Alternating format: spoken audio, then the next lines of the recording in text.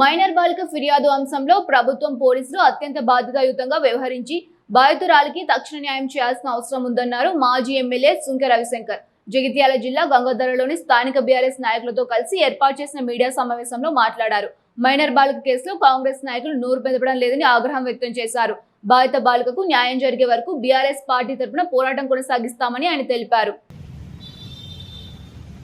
గత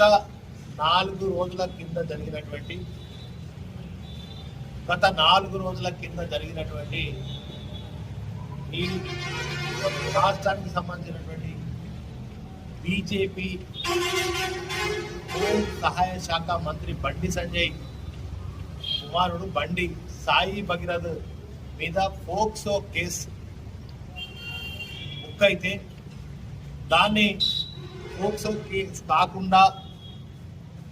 దాన్ని శిక్ష తక్కువ పడే విధంగా అది 5 క్లాజ్లో పెట్టాల్సినటువంటి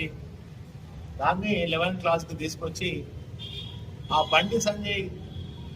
కొడుకు అయినటువంటి ఒక మైనర్ ఈ సాయి భగీరథ్ మైనర్ బాలిక 17 ఏళ్ల బాలికను అత్యాచారం చేసి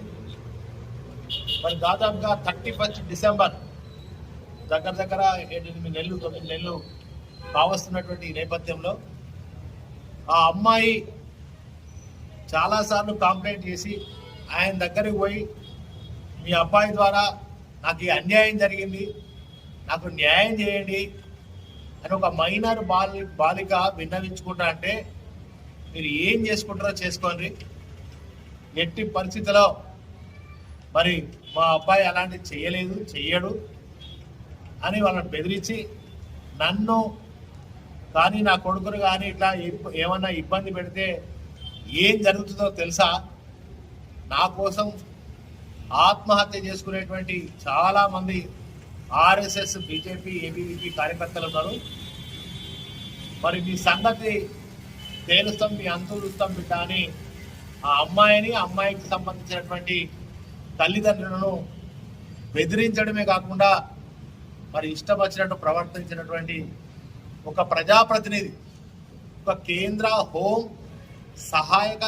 మంత్రి అంటే హోంశాఖను కాపాడాల్సినటువంటి ఒక మంత్రే ఆయన కొడుకు ఒక అమ్మాయిని బలాత్కారం చేసి అత్యాచారం చేస్తే ఆయనను జైల్లో పెట్టాల్సినటువంటి వెంటనే ఆయనను శిక్షించాల్సినటువంటి శాఖలో ఉన్నటువంటి బండి సంజయ్ మరి వాళ్ళ కొడుకును తప్పించే ప్రయత్నం, వాళ్ళ దోస్తున్నాడు కదా ఈ రాష్ట్రాన్ని